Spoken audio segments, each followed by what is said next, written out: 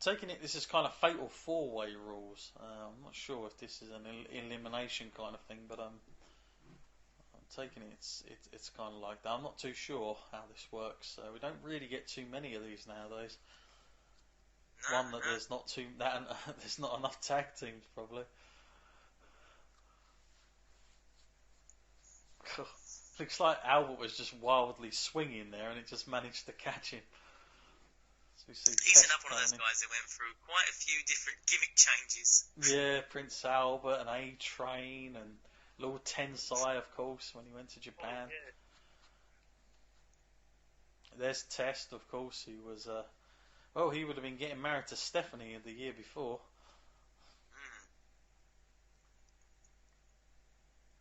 I always liked Test. I always thought he was good. I always thought he pulled that big man kind of style off really well, and he always came across really strong. Yeah. Yeah, I liked him. I think there was always something missing with him, and I can't quite put my finger on it, and I'm pretty sure WWE couldn't either at the time to get him to a next level. But he was a decent worker. He was sort of brought in as the corporate enforcer, wasn't he, at one time? He was like a sort of an extra security guard, as we see Lita taking out Trish, and of course think about the rivalry they would have in the future, Matt.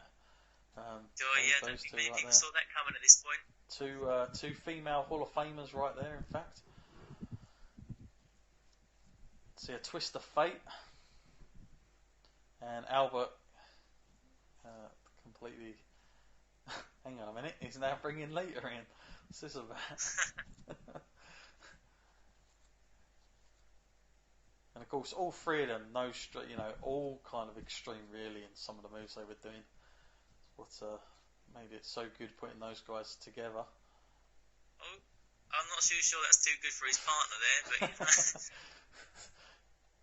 Cool. Lyman, I think Albert just about got himself over there, didn't he? So, yeah, well, I've got to assume it's elimination rules, because Edge and Christian did not look bothered at all. Yeah, it's got to be an elimination. See a little replay there of a half clothesline. Trish is like, what the hell? This looks like she wasn't ready for that. As we see now, a bit of Too Cool. Love the hat. The idea that he wears a hat in the ring. That kind of hat with that hair sticking out the top. Only Scotty 2 Hotty. Yeah. I guess he must have had that hat custom made. But this is like one of those moments, Matt, where you think, so this is how to get over. It's not about, it's not always about, killing yourself in the ring. It's those little touches to get the crowd involved. And I felt like Too Cool done a really good job with that. And if only sometimes I wish some of the talent, not just tag teams, but talent in general, would just look at that as a template and say to themselves, well, okay, we have to try other things to make it work. It's not just about how you wrestle in the ring, because I think it's like Dolph Ziggler said, the last thing you need to know in WWE is how to wrestle. There's this, it's never about that sometimes in WWE, is it? Unfortunately, because if it was, we'd have a different tier system. I'm pretty sure of that. Well, if James Ellsworth can win a ladder match against AJ, what? Anything's possible. Yeah. See Matt Hardy going to the top. Well, I take it you as a fan of the Hardy Boys as well, Matt? Yeah, I did like the Hardys, but this is where it got a little bit strange, because while I was so into Edge and Christian, I kind of looked at all the other ones as competition, thinking, right. Nah, I can only stick to my one team, because they fought each other so much. I always ended up siding with Edge and Christian, so it kind of pushed the Hardys down in my level of importance, because I was trying to see if Edge and Christian could get the better of them. The tops are off. The women are like that. Yeah, they always got a big reaction for that. Yeah. It's quite interesting. I always remember whenever I did go to some of the shows that Matt and Jeff were at, Matt Hardy was the one that seemed to have a lot of the female. It wasn't always Jeff, it was more Matt. Back then, that a lot of the interest was aroused around.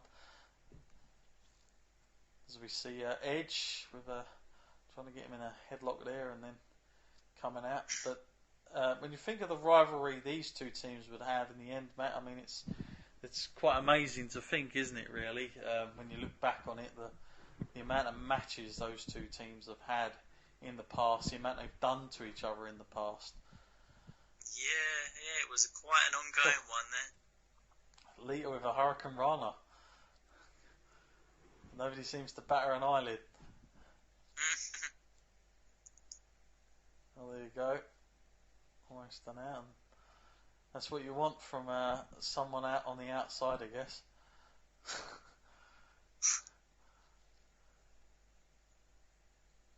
This match really nice and pacey. Nothing in it so far that I've been like, this shouldn't be there.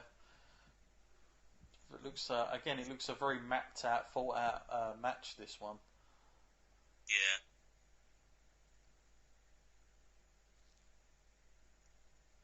You see another twist of fate here or not?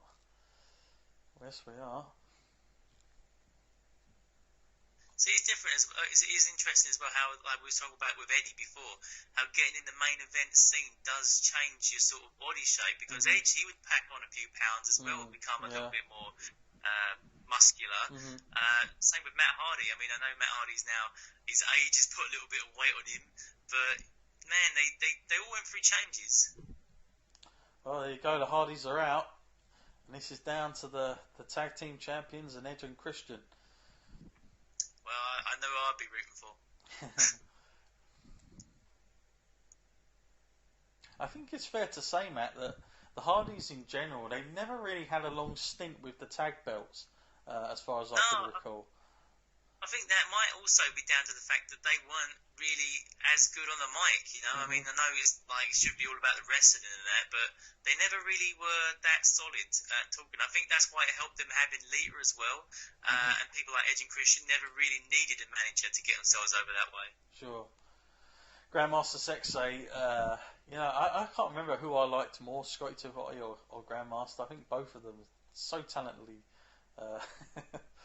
amusing to watch sometimes. You never knew what they were going to do next, but they were a good team, no doubt about it. They wouldn't have put the belts on them for nothing. It's this kind of interaction with the crowd that would have made them really popular with the officials backstage.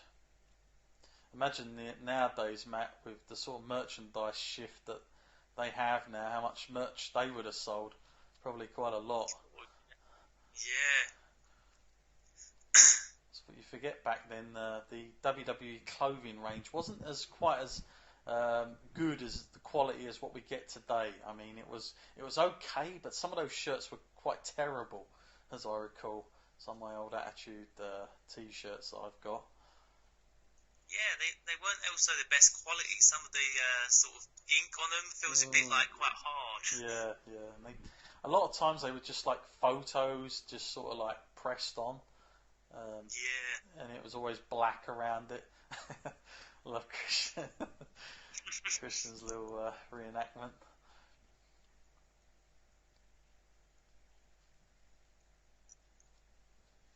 Again, this is fascinating to see how, you've just seen the likes of Jericho, Angle, Guerrero, Benoit, and then you've got all these excellent four sort of tag teams that are, alright, TNA maybe not so much, but they're pretty much all over, aren't they? I mean, it's not one of those matches where I can't imagine at the time I was thinking, this is just thrown in there for nothing.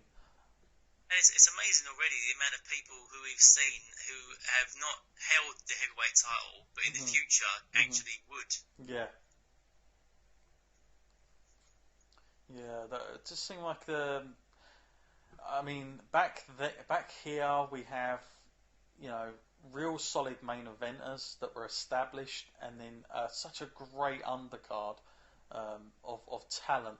But you never felt like the person that needed to get their just deserves was never going to get it, because the system always seemed to work. Like, it was always going to come through. If you were right, you're always going to get there. Whereas today, I feel like we're in, I don't know how to put it, Matt. I think we're in the era of the mid-card era. I just feel like everybody is a mid-carder, and they just sort of take turns with the belt. But back here, there was a real establishment of who was the bigger guys, and certainly loads of stuff coming up. Grandmaster here is he's like Hulk Hogan here at the minute, isn't he? He's on fire. And there's Edge caught up in the ropes. Well, at least the ref's trying to help him out. He's another constant. He's been there for a while now. Yeah. Christian posing. I can tell that's going to go wrong.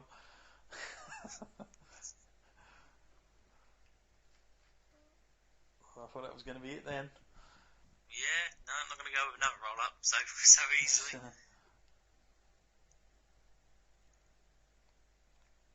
The Grandmaster's literally been on lock. A non-PG moment as well.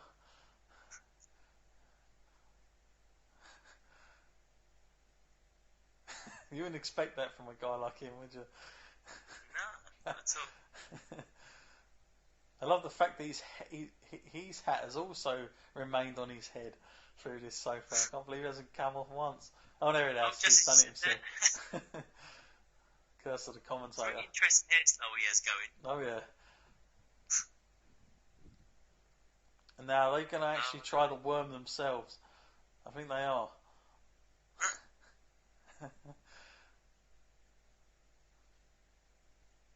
No, Scotty too hotty. And of course this was his moment. Talk about something that was so over and yet so easy, I guess, in a lot of ways for Scotty, compared to probably all the other stuff he had to go through. Sure, yeah. And you think it's not really the most practical kind of move. It takes a lot of time to warm up with minimal impact.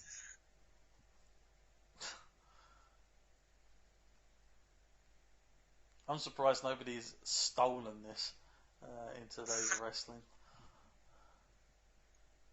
Oh, now they got one of them. Oh, that's Christian with a belt.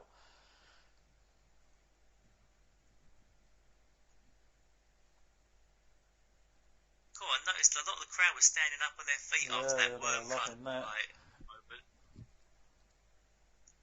Yeah, you kind of forget just how over they were. Ah, yes, I remember this. The goggles used to come on. There you go, Hogan, eat your heart out. Oh! There you go.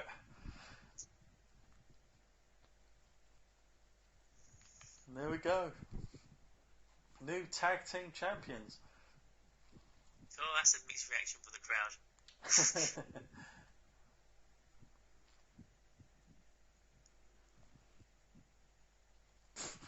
So Edge has been like lifted up there trying to get him out.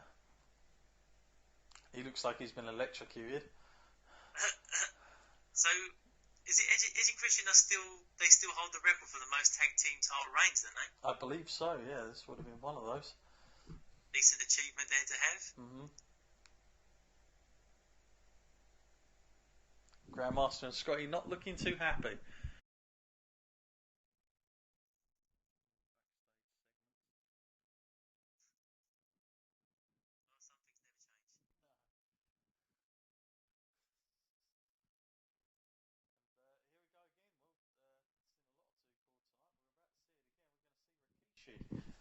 Coming out for the second time for tonight, and of course he would have. Well, they're about to show what I'm about to talk about. The fact that he took the chair shot. I'm guessing they're going to sell that slightly in this, and like I said, Matt, this is a kind of a King of the Ring theme, isn't it? Something that they've used a few times in the tournament thus far when we've been watching this retrospective. Yeah. How do you feel about the chair shots these days? Do you think they're as impactful, or do you think it takes a lot away from it now that we don't see the headshots anymore? Yeah, I was listening to Steve Austin's podcast because he was talking about it, and he was one of the guys that would always put his hands up before and he said he wanted to protect his head, and you can see why. Whereas you look at other guys like Mick Foley, they just pretty much took it full on square on the head, which is definitely not recommended with what we know about concussions and stuff like that now. But I do kind of feel like it doesn't necessarily have to be to the head, but there are other ways of doing it. The chair shots, and also listen, in a world that we live in now with film props and all